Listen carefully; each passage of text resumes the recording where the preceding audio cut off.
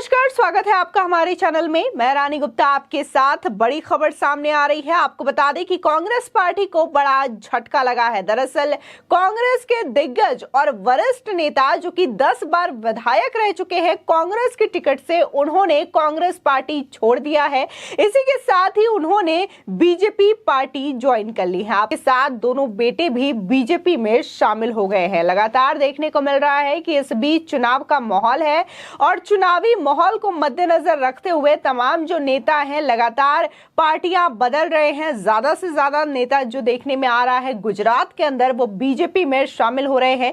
इसी के साथ ही लहर जो देखने को मिल रही है, एक बार फिर से भगवा लहर दिखाई दे रही है गुजरात के अंदर। बता दें कि गुजरात में चुनावी सरगर्मियां तेज है। वोटिंग से पहले सभी दल अपने किले मजबूत करने में जुटी है और इसी क्रम में कांग्रेस पार्टी को बड़ा झटका लगातार लग रहा है। प्रदेश में कांग्रेस के वरिष्ठ नेता और विपक्ष के पूर्व नेता मोहन सिंह राठवा ने मंगलवार को पार्टी से इस्तीफा दे दिया। इसके साथ ही वे अपने 2 बेटों के साथ बीजेपी में शामिल हो गए हैं। आपको बता दें कि राज्य कांग्रेस प्रमुख जगदीश ठाकुर को लिखे पत्र में मध्य गुजरात के वरिष्ठ आदिवासी नेता मोहन सिंह ने पार्टी छोड़ने का कोई उचित कारण नहीं बताया है, लेकिन माना जा रहा है कि कांग्रेस पार्टी की तरफ से उनके स्थान पर उनके बेटे को टिकट देने से इनकार कर दिया गया था। इसी से नाराज होकर के उन्होंने पार्टी से इस्तीफा दे दिया। इस्तीफा देने के बाद मोहन सिंह राठवा बीजेपी कार्यालय पहुंचे। भाजपा के प्रदेश महासचिव भार्गव भट्ट और प्रदीप सिंह बघेला ने उन्हें पार्टी में शामिल कर लिया। आपको बता दें कि इस दौरान राठवा के बेटे राजेंद्र सिंह और रणजीत सिंह भी बीजेपी में शामिल हो गए।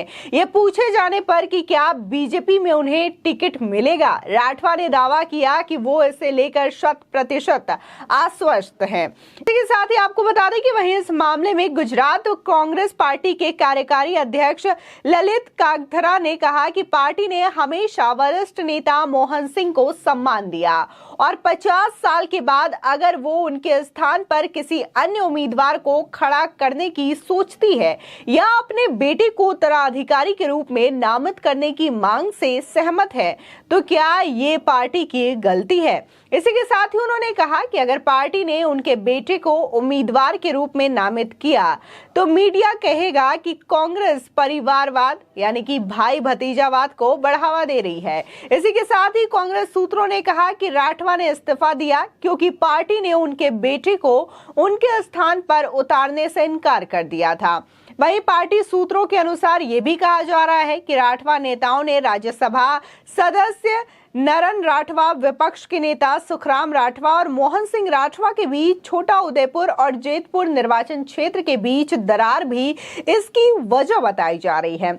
आपको बता दें कि पिछले कई सालों से तीनों अहम पदों पर रहे हैं और इसी के साथ ही 1989 लोकसभा चुनाव लड़ने वाले नारन पूर्व रेल राज्य मंत्री भी रहे हैं। वहीं मोहन सिंह और सुखराम दोनों विपक्ष के नेता रहे हैं। हालांकि अब मोहन सिंह और नारन के बीच विवाद खड़ा हो चुका है। इसी के साथ ही मोहन सिंह ने 2017 से चुनाव के बाद अपने फैसले की घोषणा भी कर दी थी। उन्होंने कहा था कि अब मैं युवाओं को मौका देना चाहता हूं। छोटा उदयपुर के सबसे वरिष्ठ और मौजूदा विधायक मोहन सिंह राठवा ने कहा था कि मैं अब चुनाव नहीं लड़ूंगा। नए युवाओं को मौका देना चाहिए और उन्हें आगे बढ़ाना चाहिए। मैंने लगातार 11 बार चुनाव लड़ा, जिसमें से मैं 10 बार जीता हूं और जेतपुर, पावी, बुडोली और छोटा उदयपुर तालुका के मतदाताओं ने मुझे सबसे अधिक बार जिताकर गुजरात विधानसभा में भेजा है। ऐसे में मैं अब 76 साल का हो चुका हूं और अब आगे चुनाव नहीं लड़ूंगा। बता दें कि गुजरात में विधानसभा चुनाव की तारीखों का ऐलान इलेक्शन कमीशन के द्वारा कर दिया गया है।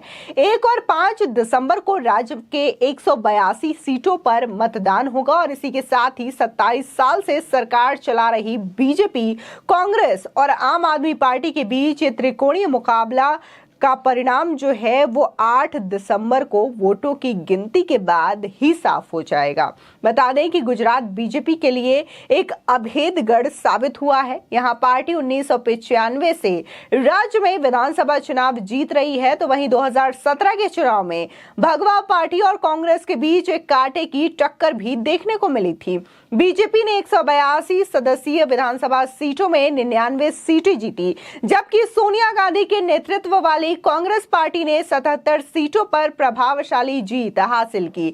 बता दें कि 11 सितंबर 2021 को एक अप्रत्याशित घटनाक्रम में विजय रूपाणी ने बिना कोई विशेष कारण बताए गुजरात के मुख्यमंत्री पद से इस्तीफा दे दिया, जिसके बाद भूपेंद्र पटेल को गुजरात के नए सीएम के तौर पर उनका नाम घोषित किया गया। फिलहाल गुजरात में ये जो मुकाबला है दिलचस्प होता जा रहा है लगातार, और आने वाली तारीखों में इस बात का ऐलान हो जाएगा कि क्या एक बार फिर से 27 सालों से गुजरात की सत्ता संभाल रही बीजेपी सरकार एक बार फिर से वापसी करती है, या फिर 27 सालों का वनवास काट करके ये जो राज तिलक है वो कांग्रेस पार्टी के खाते में जाएगा। फिलहाल आम आदमी पार्टी भी लगातार ये दावा कर रही है कि गुजरात में उनकी सरकार बननी है, लेकिन एक के बाद एक उनके कई ऐसे खुलासे हो रहे हैं जो कि जनता के सामने आ रहे हैं, जो कि केजरीवाल के लिए काफी ज्यादा मुश्किल खड़ी कर सकता है। लेकिन अगर कांग्रेस की बात करें तो कांग्रेस जहां पर राहुल गांधी के नेतृत्व में भारत जोड़ो यात्रा कर रही है, तो वहीं उनके विधायक उनकी ही पार्टी को छोड़ रहे हैं, अलग थलग हो रहे हैं, और ऐसे ऐसे वरिष्ठ नेता कांग्रेस पार्टी से अलग हो जा रहे हैं। तो ऐसे में जो गुजरात में कांग्रेस की जीत का प्रश्न उठाता है वो अपने आप में एक बड़ा सवाल खड़ा करता है कि क्या इन वरिष्ठ नेताओं के नेतृत्व के बिना कांग्रेस अच्छा मुकाबला गुजरात में बीजेपी और आम आदमी पार्टी से ले पाएगी या नहीं ले पाएगी, क्योंकि तमाम वरिष्ठ नेता, चाहे हम मोहन राठवा की बात करें या फिर अन्य नेता, युवा चेहरों ने भी अब कांग्रेस का साथ छोड़ दिया है। बता दें कि हार्दिक पटेल भी गुजरात के लिए बेहद अहम माने जा रहे थे, लेकिन उन्होंने भी कांग्रेस से नाता तोड़ लिया है। और जो सूची आई है सूत्रों के अनुसार बीजेपी जो अपने उम्मीदवारों के नाम का अनाउंसमेंट कर सकती है, तो उसमें कहा जा रहा है कि हार्दिक पटेल को भी बीजेपी टिकट दे सकती है। ऐसे में ये कांग्रेस को बड़ा झटका है, क्योंकि उनके वरिष्ठ और युवा नेताओं की लिस्ट छोटी होती जा रही है, तमाम नेता उनका साथ छोड़ते जा रहे हैं। लेकिन इस वक्त कांग्रेस जो है वो सिर्फ भारत जोड़ो यात्रा पर फोकस कर रही है, ना तो उन्हें हिमाचल में अच्छा कैंपेनिंग करते हुए देखा जा सकता है और ना ही गुजरात के अंदर। इसी के साथ ही लोग ये भी सवाल उठा रहे हैं कि क्या कांग्रेस पार्टी को इस बात का अंदेशा पहले से ही है कि उनका मुकाबला गुजरात और हिमाचल में बिल्कुल भी किसी भी पार्टी से नहीं है, जिसकी वजह से वो इस तरीके से प्रचार नहीं कर पा रही है।